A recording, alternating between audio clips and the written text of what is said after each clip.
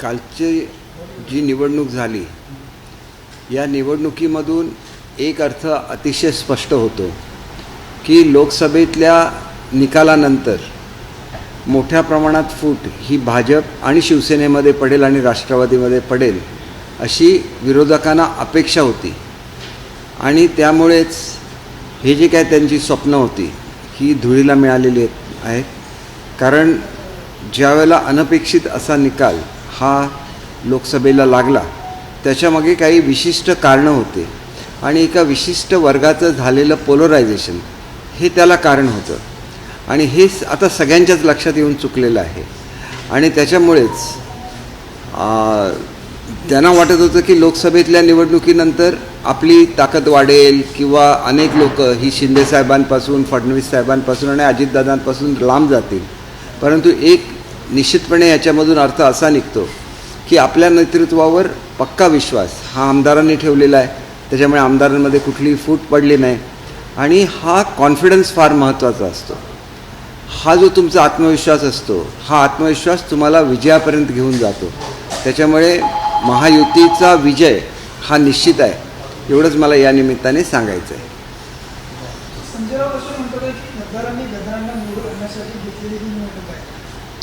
त्याच्यामध्ये एक मुद्दा असा आहे की प्रत्येक जो आमदारांनी तुमच्या पक्षाला किंवा महायुतीला वोटिंग केलं त्यांना 2 एकर जमीन देण्यात आली अशा पद्धतीने. बघा, आरोप करणारे काही निराधार आरोप करत असतात.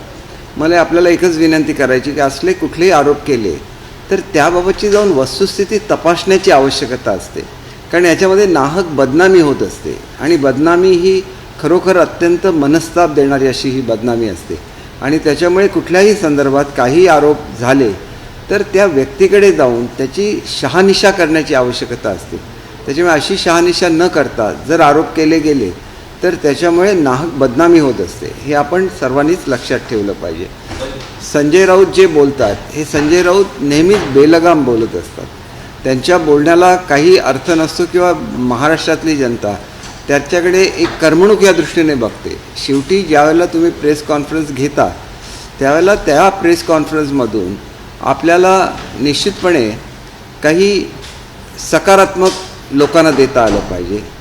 जनतेचे काय प्रश्न असतील त्या संदर्भात आपल्याला काही बोलता आलं पाहिजे. विशेषतः जसं मी आपल्याला सांगितलं की काही खूप असंतोष हा काही शिक्षकांच्यामध्ये होता की त्यांचं टप्पा अनुदान मिळालेलं नव्हतं. तर टप्पा अनुदानाच्या संदर्भात डिसेंबरची घोषणा आम्ही केली, परंतु डिसेंबरची घोषणा केल्यानंतरसुद्धा ते समाधानी नव्हते. म्हणून आमच्या कॅबिनेटमध्ये चर्चा झाली आणि जूनपासूनचा हा निर्णय अंमलबजावणी करण्याचा निर्णय घेण्यात आला. म्हणजे मागच्या वेळेलासुद्धा आम्ही ज्याला घोषणा केली आणि त्याच्यानंतर प्रत्यक्ष अंमलबजावणी होईपर्यंत 4 ते 5 महिने होऊन गेलेले होते, पण ते 4 ते 5 महिन्यांच्या फरकासह आम्ही ही रक्कम दिलेली होती. त्याच्यामुळे आत्तासुद्धा जून महिन्यापासूनच अंमलबजावणी होईल, परंतु याची आर्थिक तरतूद डिसेंबरमध्ये करायला लागेल. त्याच्यामुळे डिसेंबर पण आम्ही ह्या संदर्भातले जे आवश्यक सगळे सोपस्कार असतील ते लगेच पूर्ण करू. ही गोष्ट पहिल्यांदा पाहायला मिळाली की एका आमदारांकडे 500-500च्या 2 नोटा आणि ते निवडणुकीच्या मतदानाच्या दरम्यान याचा अर्थ त्या ठिकाणी मोठी पैशाची हेरफेर या ठिकाणी झाली. 500-500च्या 2 नोटाचा अर्थ काय? त्याचा अर्थ असा होतो की हवालामधून त्या पैसे त्यांनी तुमच्याकडे पोहोचले आहे अशी जोरदार चर्चा त्या ठिकाणी नाही. निरर्थक चर्चा असतात. काहीही बोलायचं, काहीही करायचं. कोणाकडे काय खिशामध्ये 1000 रुपये नसतात का? 500-500च्या 2 नोटांचा अर्थ काय होतो? एक गोष्ट लक्षात घ्या की निरर्थक बोलायचं, काहीही बोलायचं. मग तुम्हाला जर वाटत होतं आमदार फुटले का नाही, एवढं जर तुम्हाला वाटतं की लोकसभेमध्ये आमचं वातावरण झालं, लोकांना माहिती आहे की एकतर्फी मतदान कशामुळे झालं, एका विशिष्ट समाजाने हे केलेलं मतदान होतं आणि हे विशिष्ट समाज हा एका ठिकाणी कॉन्सन्ट्रेटेड नसतो. त्याचा ओव्हरऑल इम्पॅक्ट हा लोकसभेवर होऊ शकतो, विधानसभेवर होऊ शकत नाही. हे लक्षात घेतलं पाहिजे आणि त्या समाजाच्या मनामध्ये सुद्धा जर काही गैरसमज असेल तर तो दूर करण्याच्या दृष्टीने आमच्याकडे पुरेसा वेळ आहे. जसं आरक्षण रद्द होणार ही खोटी एक अफवा उठवली, त्याचा परिणामसुद्धा काही समाजांवर झाला की आरक्षण खरोखर रद्द होणार आहे का, आणि मग प्रत्यक्षात आरक्षण रद्द करण्याचा ना तर कधी प्रस्ताव होता आणि आरक्षण रद्द करणं हे अशक्यच गोष्ट आहे. आणि त्याच्यामुळे हे जे काय घडलं आणि आत्तासुद्धा बघा की आम्ही जे आरक्षण मराठा समाजाला दिलेलं आहे 10% आरक्षण, याच्या विरुद्ध कोर्टात गेलेली मंडळी एका विशिष्ट पक्षाची आहेत आणि त्याच्यामुळे सातत्याने समाजामध्ये गैरसमज पसरवायचा, झालेल्या चांगल्या कामांमध्ये अडथळा निर्माण करायचा, हेच चालू आहे. आणि हे महाराष्ट्रामध्ये घडता कामा नये. सगळे समाज एकत्र राहिले पाहिजे आणि महाराष्ट्राचा विकास झाला पाहिजे असं माझं स्वतःचं ठाम मत आहे आणि आमच्या पक्षाची सुद्धा तीच भूमिका आहे. आणि त्याच्यामुळे या निवडणुकीने आमच्या नेत्यांवर असलेल्या आमच्या आमदारांचा विश्वास हा अधिक दृढ झालेला आहे. तो स्पष्टपणे सगळ्यांना दिसलेला आहे. आणि जी स्टेटमेंट केलेली होती की आता मोठी फूट पडेल, आमच्याकडे काही आमदार येतील वगैरे, या सगळ्या व्यर्थ वल्गना होत्या. हे सिद्ध झालेलं आहे. एक जयंत पाटील जे शरद पवार यांनी त्यांना पाठिंबा देऊन उभं केली, त्यांचा पराभव झाला आहे. तर सदाभाऊ खोते विजय उमेदवार त्यांचं म्हणणं आहे की शेकापला कायम जयंत पाटील, शेकापला कायम शरद पवारांनी संपवलं आणि अशाच पद्धतीनं त्याचाच फटका जयंत पाटलांना या निवडणुकीत बसला. बघा, माझं मी पूर्वीसुद्धा सांगितलेलं आहे की रिजनल पार्टी संपवण्याचा नेहमी प्रयत्न हा दुसरी रिजनल पार्टी करत असते. कारण जो एक व्हॅक्यूम तयार होतो तो आपल्या पक्षाला तो घेता यावा ह्याच्यासाठी तो प्रयत्न असतो. असेच प्रयत्न शिवसेनेच्या बाबतीत झालेले होते. शिवसेना 3-4 वेळा फोडली गेली आणि त्याचा फायदा नेमका कोणाला झाला हे सुद्धा आपल्याला माहिती आहे. पवारसाहेब ज्येष्ठ नेते आहेत, त्याच्यामुळे त्यांच्याबद्दल काही मी कॉमेंट करणं योग्य होणार नाही. पण ते शेवटी आपल्या पक्षाचंच हित बघणार. त्याच्यामध्ये आपले कोणाशी संबंध आहेत, आपण त्यांच्यासाठी काय करू शकतो, याच्यापेक्षा त्यांच्या स्वतःच्या पक्षाचं हित हे त्यांच्यासाठी महत्त्वाचं असण्यामध्ये काही चूक आहे असं मला वाटत नाही. चोपडपट्टीमध्ये जे 1+1 राहतात, जे पहिल्या माळावर जातात, त्यांना आम्ही SR कडून अपात्र केले जातात. आदित्य ठाकरेंकडून मागणी केली जाते. आदित्य ठाकरेंकडून मागणी करण्याचा प्रश्नच उद्भवत नाही. कारण काल मुख्यमंत्र्यांनी जाहीर केल्यानंतर आज आदित्य ठाकरेंनी असं स्टेटमेंट काढणं हे सपशेल चुकीचं आहे. कारण मुख्यमंत्र्यांनी कालच्या रिप्लायमध्येच ही घोषणा केलेली आहे की आम्ही या संदर्भात सहानुभूतीची भूमिका घेऊ आणि मुंबईमध्ये न्याय देऊ. आणि जर एवढा झोपडपट्टीवासियांचा कळवळा असेल तर एवढे दिवस SRAचे प्रकल्प का रेंगाळलेले राहिले, मुंबई कॉर्पोरेशनच्या जमिनीवरचे प्रकल्प का रेंगाळत राहिले, हे याचं उत्तर त्यांनी दिलं पाहिजे. 15-15, 20-20 वर्ष झाली, 25 वर्ष त्यांची सत्ता आहे, ते प्रकल्प पूर्ण करू शकले नाही 25 वर्षामध्ये. मग आता ज्यावेळेला शासनाने निर्णय घेतला की असे प्रकल्प पूर्ण झालेले नसतील तर शासकीय ज्या यंत्रणा आहेत त्यांच्यामार्फत हे प्रकल्प पूर्ण केले जातील, त्यावेळेला कुठेतरी लोकांना स्वतःची भाडी मिळायला लागली, प्रकल्पाची कामं पुढे गेलेली दिसायला लागली. अशी कठोर भूमिका घेतल्याशिवाय गरिबांना न्याय मिळू शकत नाही, ही वस्तुस्थिती आहे. आणि ती भूमिका आदरणीय शिंदेसाहेबांनीच घेतली आणि त्यांचे दोन्ही उपमुख्यमंत्री फडणवीस साहेब आणि अजितदादांनी घेतली, ही वस्तुस्थिती आहे. एक तुमच्या इथून नाराज आणि जिंकून आलेले आहे, पण ठाकरे गटाने आता हायकोर्टात याचिका दाखल केली आहे आणि त्यांनी पैसा आणि दमदाटीच्या जीवावरती निवडणूक जिंकली अशा पद्धतीचं म्हणणं आहे त्यांचं आणि त्यांची खासदारकी रद्द करावी अशी मागणी केली. हे बघा, ज्यांना जिंकता येत नाही ते नेहमीच असे हातखंडे करत असतात. शेवटी कोर्टामध्ये एखादी मॅटर गेल्यानंतर त्याच्यावर मी बोलणं योग्य नाही, परंतु आपण जिंकू शकलो नाही तर मग काहीतरी कारणं दाखवायची ही एक पद्धत आहे आणि त्याप्रमाणे ते इलेक्शन पिटिशन करायचा त्यांना अधिकार आहे, त्यांनी केलं. परंतु याच्यातून काय फार मोठं निष्पन्न होईल असं मला व्यक्तिशः वाटत नाही. कारण तसं असतं तर रत्नागिरीमध्ये सुद्धा राणेंना बहुमत मिळालं असतं. राणेंना बहुमत राणेसाहेबांना जे मिळालेलं आहे हे सिंधुदुर्ग जिल्ह्यामधून मिळालेलं आहे. कारण सिंधुदुर्ग जिल्हा हे त्यांचं मूळ जिल्हा आहे आणि त्यांची कर्मभूमी आहे आणि त्याच्यामुळे तिथल्या लोकांनी एवढी मतं दिली की रत्नागिरी जिल्ह्यामध्ये जे डेफिसिट झालं ते सिंधुदुर्ग जिल्ह्याने भरून काढलं. आणि मी हे इलेक्शनच्या पूर्वीसुद्धा सांगितलेलं होतं, जर रत्नागिरीला कमी जास्त मतं मिळाली तर ते जे लीड आहे ते सिंधुदुर्ग जिल्हा भरून काढेल आणि त्याप्रमाणे आमच्या जिल्ह्याने ते भरून काढलेलं आहे. पक्षविरोधी आंदोलनावरती ट्रॅक लावला होता असं मला पटलं म्हणजे त्यांना पण हाच असं नाही, हा त्यांच्या पक्षाचा अंतर्गत प्रश्न आहे, त्याच्यावर मी काय कॉमेंट करणं योग्य नाही. एक सकाळ समूहाच्या यांनी एक सर्वे केला आहे, त्याच्यामध्ये मुख्यमंत्री पदाचा सगळ्यात पसंतीचा चेहरा हा उद्धव ठाकरे यांना दिला आहे आणि 22% लोकांची पसंती तुम्ही म्हणतात की उद्धव ठाकरे हे असायचे आहेत, पण लोकांची पसंती अजूनही त्यांच्या बाबतीत आहे. हे बघा, प्रत्येक सर्वेमध्ये वेगवेगळे रिझल्ट येत असतात. त्याच्यामुळे असा काही सर्वे जर असता तर त्याचं रिफ्लेक्शन हे त्यांच्या विजयामध्ये दिसलं असतं. सगळ्यात कमी विनिंग जे आपण हे बघितलं पर्सेंटेज हे त्यांच्या पक्षाचं आहे आणि आणि त्यांना जी मतं मिळाली हे त्यांच्या पक्षाचे कधीही मतदार नव्हते. ही सुद्धा बाब दुसरी लक्षात घेतली पाहिजे की ज्या समुदायाने त्यांना मतदान केलं हे त्यांचे कधीच मतदार नव्हते. त्याच्यामुळे मूळ मतदार हा त्यांच्यापासून दूर गेलेला आहे आणि ज्यांचं ध्रुवीकरण झालं असा मतदार त्यांच्यावर आला तर ही तात्पुरते असतं, ते काय कायमस्वरूपी त्यांचे मतदार नाहीत.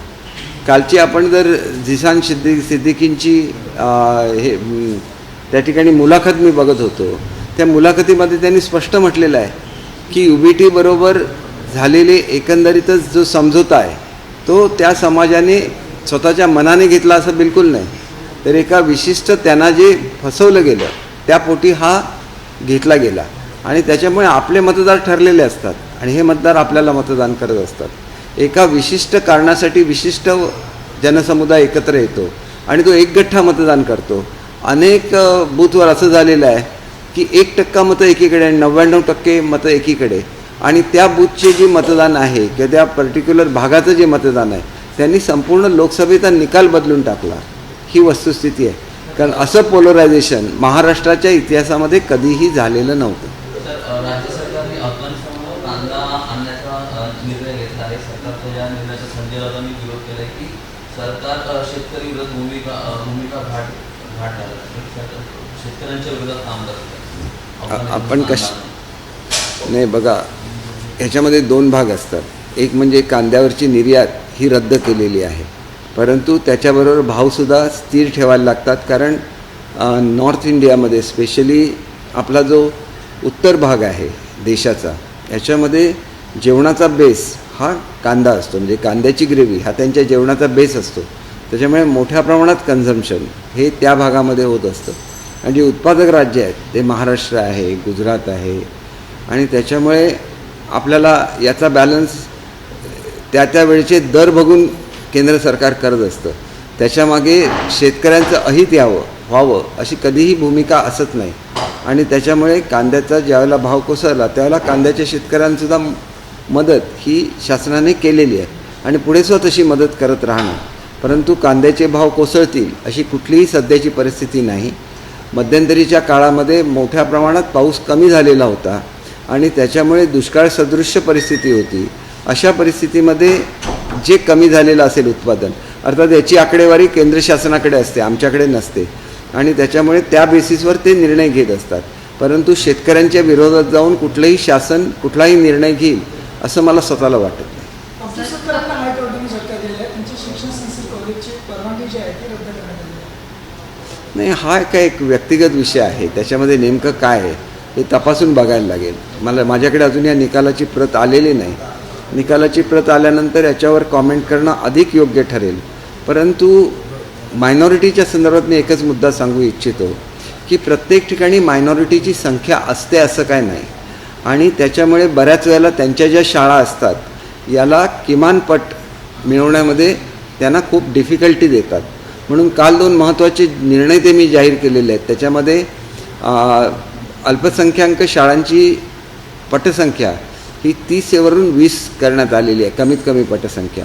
आणि डोंगरी भाग ज्याच्यामध्ये मोठ्या प्रमाणात आदिवासी राहतात त्यांच्याकडे सुद्धा शाळांची आपल्याला माहिती आहे की शाळेमध्ये जाणाऱ्या मुलांची संख्या कमी असते.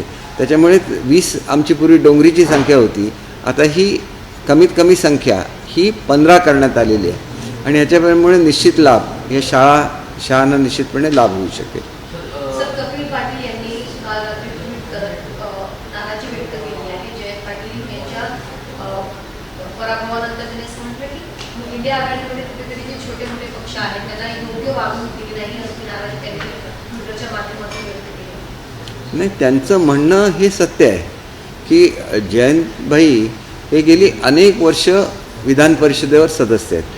त्यांची उणीव ही विधान परिषदेमध्ये निश्चितपणे सर्वांनाच भासणार आहे आणि अशा एका चांगल्या संसदपटूचा पराभव होणं आणि हे करत असताना त्यांना अधिकची मतं न देणं हे एका अर्थाने त्यांनी जो विश्वास टाकलेला होता इंडिया आघाडीवर, ह्याच्यामध्ये कुठेतरी त्यांचा विश्वास हा सार्थ ठरलेला नाही, एवढं मी निश्चितपणे म्हणू शकतो.